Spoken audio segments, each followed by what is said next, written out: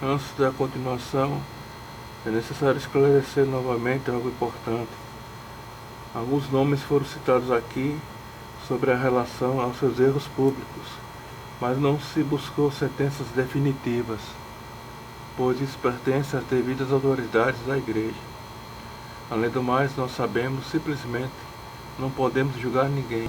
Edições Loyola, página 37, do qual ele diz: não devemos dizer nenhuma palavra ociosa, ou palavra ociosa entendo aquela que não tem utilidade nem para mim, nem para outrem, nem se ordena a tal fim. De forma que não é palavra ociosa falar aquilo que aproveita, ou se diz com intenção de aproveitar a própria alma, ou a de outro, ao corpo, ou aos bens temporais, mesmo que se fale de assuntos estranhos à nossa profissão, como um religioso a tratar de guerras ou de comércio. Em resumo, podemos dizer que há mérito quando as palavras são inspiradas por uma boa intenção, e pecado quando por uma intenção repreensível ou se falar em vão. Nada deve dizer para difamar ou murmurar, porque se revela um pecado mortal que não seja público, peca-se mortalmente. E venialmente se revela um pecado venial, e se descobre um defeito, mostra-se um defeito próprio. Se é reta a intenção, em dois casos se pode falar do pecado, por falta de outrem.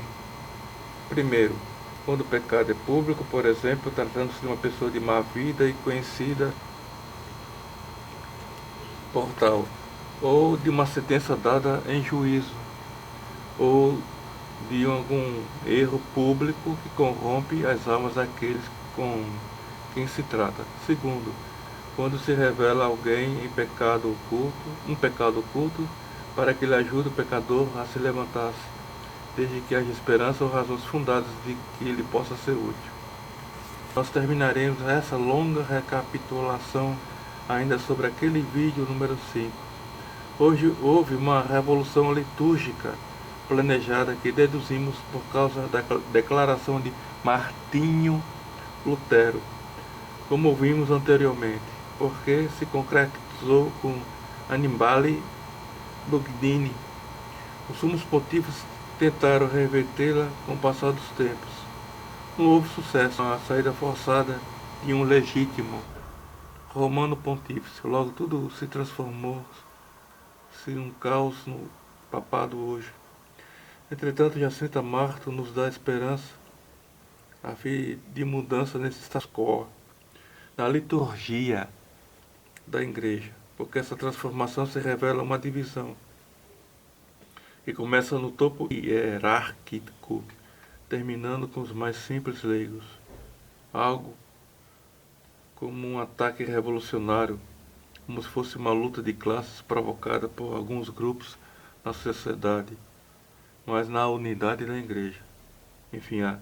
Enfim, sobre essa profecia oral pouco conhecida da pequena vidente, parece esclarecer também aquela indagação de um papa que será morto, junto com os fiéis, os quais ao que se seguiam, conforme foi lida uma parte do segredo do ano 2000 em Fátima. Tingnew.com diz o título: Igreja Católica atenta à profecia que prevê a morte do Papa Francisco em Fátima. A profecia de Jacinto Marto fala sobre a morte do Papa 100 anos depois das aparições de Nossa Senhora em Fátima, por João Fernandes, 14 de abril de 2017. A revista portuguesa Flash publicou uma edição online, domingo 16, um artigo em que revela uma profecia de uma das pastorinhas de Fátima. Na profecia de Jacinta Marto, uma das videntes de Fátima, que morreu com apenas 9 anos de idade, ela descreve a morte do Papa em pleno santuário de Fátima, o local que é visitado todos os anos por milhões de católicos de todo o mundo. Foi Manuel Arouca, um escritor e investigador do fenômeno de Fátima, quem falou à revista Flash sobre a premonização de Jacinta. Segundo a sua investigação, a pequena pastorinha que morreu em 20 de fevereiro de 1920, descreveu os grandes detalhes em um cenário apocalíptico, um brutal atentado contra o Papa em pleno santuário de Fátima. Em sua descrição, que foi passada para o papel por Lúcia alguns anos mais tarde, ela falou em tiros de arma de fogo, em setas, em sangue derramado nas roupas do líder da Igreja Católica e também uma língua de fogo, tudo em um cenário dramático e muito violento, que termina com o Papa ajoelhado junto a uma cruz. Segundo Manuel Arouca, o documento em que é revelada a profecia de Jacinta foi escrito por irmã Lúcia em 1930. O documento então foi arquivado no Vaticano, onde foi guardado em segredo até o ano 2000.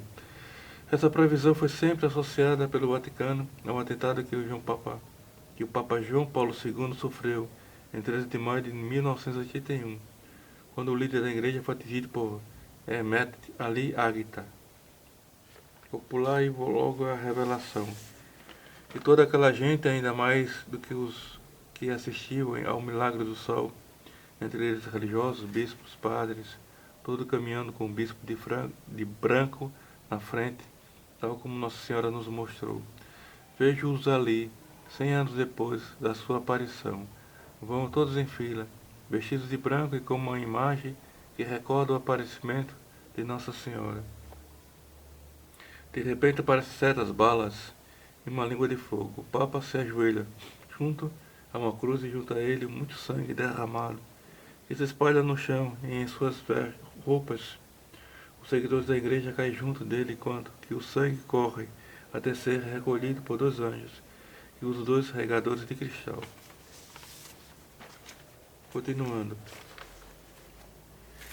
Talvez essa visão demonstre uma via sacra, o que é já conhecido o caminho dos pastorzinhos em Fátima, caminho criado em 1956, que lembra uma Europa que sofreu na parte leste, com regimes ateus e autoritários, ou, possivelmente, ela se refere ao Santíssimo Sacramento no ostensório, tendo o Papa à frente, seguido por fiéis, e o que mais nos chama a atenção são os detalhes.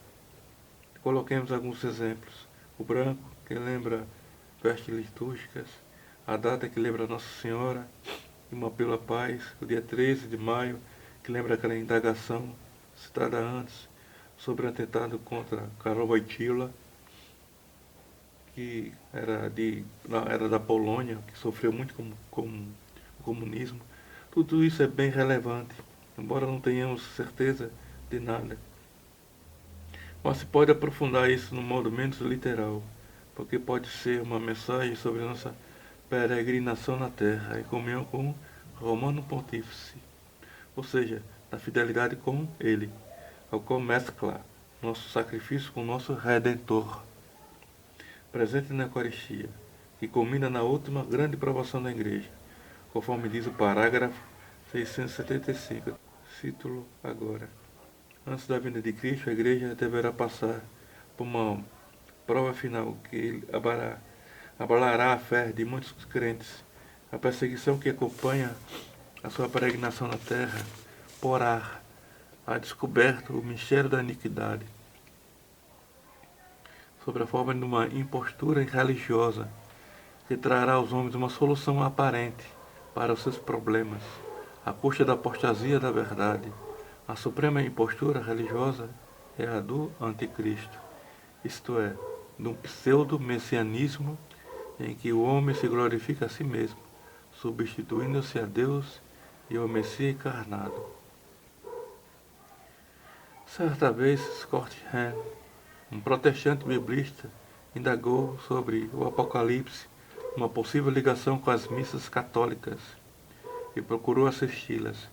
Ele demonstrou a importância da busca da verdade, numa consciência honesta e justa, que o levou a descobrir no seu pequeno e simples questionamento a qual se revelou uma complexa grande compreensão escatológica. Então Scott Hahn se conecta no exemplo das nossas reflexões apresentadas aqui, através da visão da pequena Jacinta, as vestimentas brancas, a cruz, os fiéis que segue o Cordeiro até o Calvário, ou seja, uma união eclesial, citada agora há pouco, no sacrifício de Cristo. É como se fosse um retorno histórico do Nosso Senhor, na sua paixão, na forma cruenta e incruenta, na crucificação, segundo o Evangelho, como Cordeiro imolado. Logo, ele concluiu sabiamente que ouviremos a seguir. A minha memória, diz ele, mais viva da primeira missa que assisti foi aquele momento poderoso do rito da comunhão, em que o povo diz: Cordeiro de Deus que traz o pecado do mundo, tende piedade de nós. Cordeiro de Deus, Cordeiro de Deus. Depois as pessoas se ajoelharam e o padre ergueu a hóstia dizendo: Eis, o Cordeiro de Deus que traz o pecado do mundo. Em menos de um minuto, o Cordeiro de Deus aparece 4 vezes.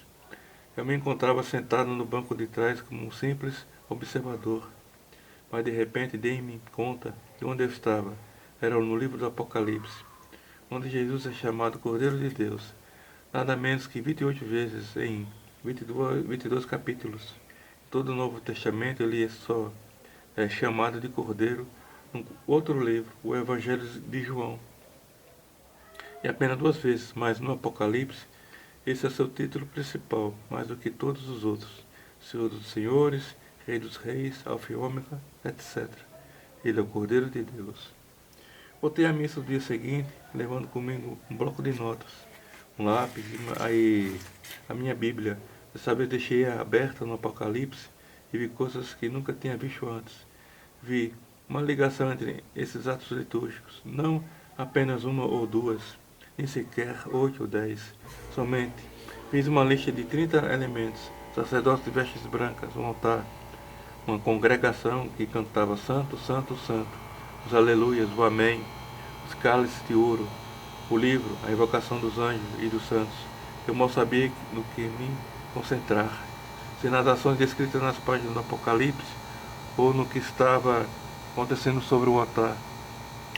Após cerca de 15 ou 20 minutos da segunda missa, percebi de repente que se tratava de uma única e mesma ação. O que eu estava lendo na Bíblia era exatamente o que estava vendo acontecer sobre o altar. Voltei então e mergulhei com renovado vigor no estudo da liturgia da igreja primitiva e no que tinha escrito os seus bispos e teólogos. Eu descobri que não se tratava de nenhuma descoberta. Eu é que estava reinventando a roda. Encontrei imagens litúrgicas em todos os capítulos do livro do Apocalipse, mas também eles as têm encontrado. Encontrei elementos do Apocalipse em cada um dos momentos da missa, e eles também. E, assim, fui examinando esses escritos dos padres da igreja, consultando o Apocalipse e indo à missa. Um dia, outro dia, mais outro, sem contar nada a ninguém, nem mesmo a minha mulher. Tornou-se óbvio para mim que 2 coisas eram inequivocadamente verdadeiras. Por um lado, a língua celeste é o fio de ouro que une todas as pérolas apocalípticas da revelação de João, a começar pelo capítulo 1, em que Jesus aparece com uma túnica branca e um cíngulo dourado. Era isso que o sumo sacerdote usava no templo de Jerusalém. Ele está ali, entre os 7 castiçais de ouro. É a menorá do templo. Assim, à medida que avançamos para o capítulo 2, ouvimos: arrependa-te, arrependa-te, 8 vezes, tal como no ato penitencial. Quando começa a missa, as 7 cartas, as 7 igrejas, ouvimos 8 vezes, juntamente com a promessa de que se nos arrependemos e vencemos, haverá um maná à nossa espera. Então, perto do fim da 7ª carta, vem as palavras que tantas vezes já tinha ouvido na boca de Billy Graham: eis que estou à porta e bato. Se alguém ouvir a minha voz e abrir a porta, eu entrarei. Apocalipse 3:20. Reparei que o pregador evangélico, Billy Graham, parava sempre ali mesmo. Eu entrarei. Mas onde? No seu coração? E continuamos a ler, Jesus diz: eu entrarei em sua casa e tomarei refeição com ele e ele comigo. Mas de que ceia ele está falando? Quando passei para os capítulos 4 e 5 do Apocalipse, ficou óbvio para mim que Cristo está se referindo à ceia da comunhão. Eu me dei conta de que na missa estava realmente contemplando na terra o que se dava na liturgia celeste, descrita por João no Apocalipse. E depois, nas páginas do livro bíblico, percebi quão significativo, quão dramático e quão transformador é o culto sacrificial da missa na terra. Estamos ladeados pelos anjos e pelos santos, entoando os mesmos cânticos, oferecendo as mesmas orações, e vendo Deus entrar na história e intervir decisivamente para libertar o seu povo, amenizar a sua própria cólera sobre nós, expandir no mundo o seu reino. No livro Scott Hahn, O Banquete do Cordeiro, a missa segundo um convertido, também se encontra no site padrepauloricardo.com. No exemplo de Jacinta, ela vê essa imagem escatológica.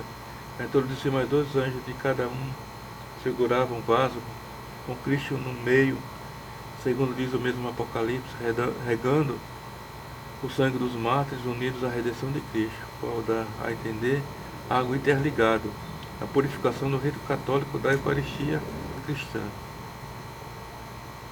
Se dará misticamente no sofrimento, o qual lembra aquele chamado de Cristo ao Papa Bento XVI, contra essa interferência interna, tentada em vão em contê-la por antigos pontífices romanos, a qual nos revelou o cardeal Ganon, como ouvimos antes. Enfim, tudo isso leva a crer que parece aquela visão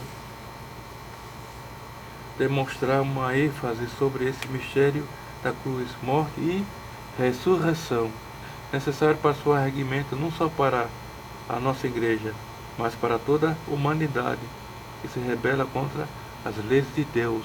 Corrobora também naquele sonho profético de São Dom Bosco, o qual demonstra um Papa sucessor direto e legítimo desse Papa morto, abruptamente junto com os fiéis, que depois prende a igreja nessa tempestade, a situação caótica na sociedade mundial, com 2 correntes fixadas numa coluna que representa Nossa Senhora, definição mariana talvez dogmática, da qual redenção, e outra coluna possivelmente demonstraria uma unificação dos 2 ritos romanos. Nós podemos refletir aquela imagem de cruz, Cristo na cruz, Nosso Senhor no centro, no alto da cruz, juntos no lado Nossa Senhora e no outro lado o discípulo amado. Isso nos lembra a importância das missas, mesmo com desrespeitos e indiferenças com infiéis, as rúbricas exigidas nas celebrações, a repará-las na frequência fiel e amorosa, com comunhões reparadoras, eucarísticas ou espirituais. Nosso Senhor continua a sofrer, pois está presente na Eucaristia, até o fim dos tempos.